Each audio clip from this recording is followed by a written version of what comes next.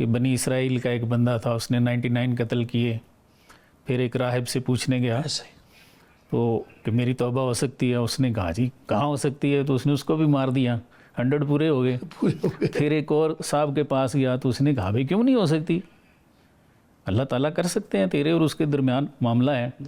تو پھر اس نے جو بتایا، اس نے کہا کہ جی فلاں آبادی ہے، بستی ہے، وہاں پہ کچھ لوگ ہیں وہ اللہ کی عبادت کرتے رہتے ہیں، ایسے ہی ہے یا بدون اللہ، اس میں عربی کا جو ٹیکسٹ ہے اس میں ہے، تو فَعْبُدُ اللَّهَ مَعَهُمْ، تم بھی جا کے ان کے ساتھ شامل ہو جو، اور واپس نہ آنا جس جگہ کے تم ہو نا وہ بڑی بری جگہ ہے، تو ان کی صحبت اختیار کرو۔ تو آپ کو وہ ساری حدیث آتی ہے کہ وہ گیا نہیں تھا، راستے میں اس کی ڈیتھ ہو گئی، تو عذاب والے فرشتے آ گئے کہ ہم نے لے کے جانا ہے، دوسرے بھی آ گئے جزا والے کہ ہم نے لے کے جانا ہے، پھر اللہ نے ایک تیسرے فرشتے کو بھیجا کہ جاؤ جی یہ کہہ کے فیصلہ کرو کہ زمین ماپ لو، تو اللہ نے اس کی منزل کے قریب کر دیا زمین کو سکیڑ کے، تو اس کی توبہ قبول ہو گئی۔ تو یہ فرمائیں کہ جو ہماری امت کے صالحین ہیں، جیسے آپ فرما رہے تھے کہ بہترین امت تو یہ ہے، تو ان کے پاس جانے سے بھی جو ہمارے اولیاء ہیں یا صالحین ہیں، تو وہاں پہ بھی ایسی رحمتیں ہیں، توبہ قبول ہونے کے چانسز ایسے ہی ہیں۔ جی جی بالکل۔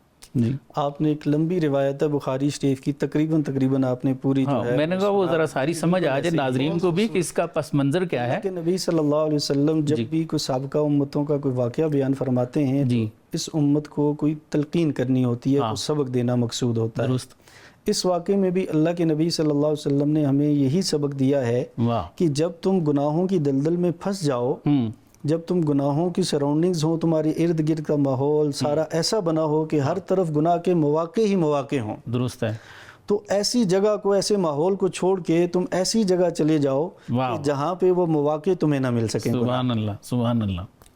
تو بنیادی طور پہ اس واقعے سے، اس حدیث مبارکہ سے ہمیں یہ سبق ملتا ہے کہ ہم نیک لوگوں کی صحبت اختیار کیا کریں۔ بے شک اس میں ایک تو یہ ہے کہ ہم اولیاء اللہ کی صحبت اختیار کریں، وہ بھی بہت اچھی بات ہے اور کرنی چاہیے۔ اچھا، اس سے بھی زیادہ اہم بات یہ ہے کہ ہم بری صحبت کو چھوڑ دیں۔ درست ہے، ہم اولیاء اللہ کی صحبت بھی اختیار کرنے کی کوشش کرتے ہیں لیکن بری صحبت چھوڑنے کے لیے تیار نہیں ہوتے۔ بالکل ٹھیک۔ اصل بات یہ ہے کہ ہم بری صحبت کو چھوڑیں اور اللہ والوں کی صحبت اختیار کریں، نیک لوگوں کی صحبت اختیار کریں، تو اللہ سبحانہ و تعالی ہمیں توبہ پہ استقامت نصیب فرمائے۔ سبحان اللہ، سبحان توبہ اور اللہ۔ استغفار یہ ایسی چیز ہے کہ جو اللہ سبحانہ و تعالیٰ کی رحمت کے بیش بہا خزانوں کو کھول دیتی ہے۔ ماشاءاللہ۔ سورہ ہود میں اللہ سبحانہ و تعالیٰ نے حود علیہ السلام کی دعوت کا ذکر فرمایا۔ حود علیہ السلام نے اپنی قوم کو دعوت دی اور اس میں یہی ارشاد فرمایا کہ تم اللہ سے توبہ کرو، استغفار کرو، اللہ تمہارے گناہوں کو بھی بخشے گا اور تمہاری قوت میں بھی اضافہ فرمائے گا، سبحان اللہ، اور تمہارے لیے مدد و نصرت کرے گا۔ حضرت نوح علیہ السلام نے اپنی قوم سے یہ کہا فَقُلْتُ اسْتَغْفِرُوا رَبَّكُمْ إِنَّهُ كَانَ غَفَّارًا، کہ تم اللہ سے مغفرت طلب کرو، اللہ سبحانہ و تعالیٰ تمہارے گناہوں کو بخش دیں گے۔ بالکل ٹھیک۔ وَيُمْدِدْكُمْ بِأَمْوَالٍ وَبَنِينَ وَيَجْعَلْ لَكُمْ جَنَّاتٍ وَيَجْعَلْ لَكُمْ أَنْهَارًا، درست، اللہ سبحانہ و تعالیٰ تمہارے لیے بارشیں بھی برسائیں گے، تمہیں مال بھی فراوانی عطا فرمائیں گے، اور تمہیں اللہ سبحانہ و تعالیٰ اولاد بھی عطا فرمائیں گے۔ درست۔ ایک تو یہ ہے کہ ہم توبہ کریں، استغفار کریں تو اس سے ہمارے گناہوں کی معافی ہو۔ ماشاءاللہ، صرف یہی نہیں ہوتا، یہ دوسرے انعامات ایکسٹرا ہیں۔ بلکہ استغفار کرنے سے، توبہ کرنے سے اللہ سبحانہ و تعالیٰ اپنی رحمت کے ہر طرح کے خزانوں کو کھول دیتے ہیں۔ درست، دنیاوی خزانوں کو بھی کھول دیتے ہیں اور آخرت کے خزانوں کو بھی اللہ سبحانہ و تعالیٰ کھول دیتے ہیں۔ ماشاءاللہ۔